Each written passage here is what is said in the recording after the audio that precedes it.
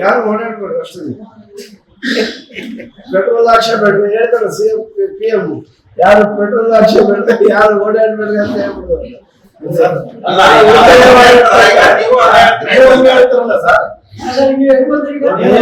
ಆ ಸರ್ಕಾರ ಇವ್ರು ನೇಮಿಸಲ್ಲ, ಆಡಳಿತ ಮಾಡತಕ್ಕಂತ ವಿಧಾನ ಅಲ್ಲ.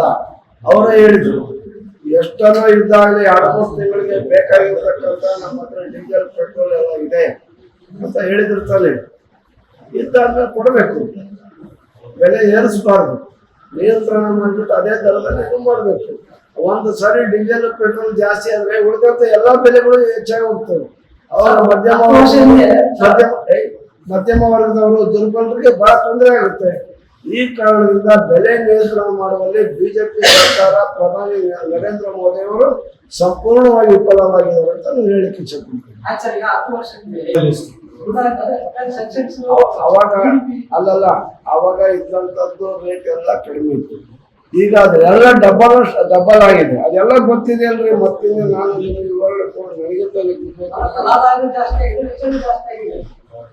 ಈಗ ಹಾಗಾದ್ರೆ ಕರೆಕ್ಟ್ ಇದೆ ಹಂಗಾರೆ, ಈಗ ಮಾಡಿರೋದು ಕರೆಕ್ಟ್ ಇದೆ ಅಂತೀರಾ? ಸರಿ ಇಲ್ಲ ಅಂತಂದು ಹೇಳ್ತಿದ್ದೀನಲ್ಲ.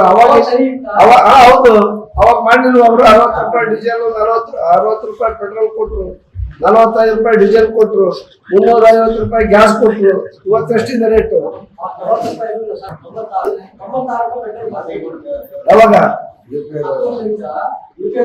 ಇಲ್ಲ ಇಲ್ಲ ಇಲ್ಲ ಇಲ್ಲ ಇಲ್ಲ 14ರಿಂದ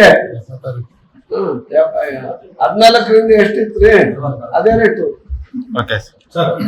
ರಾಜ್ಯದ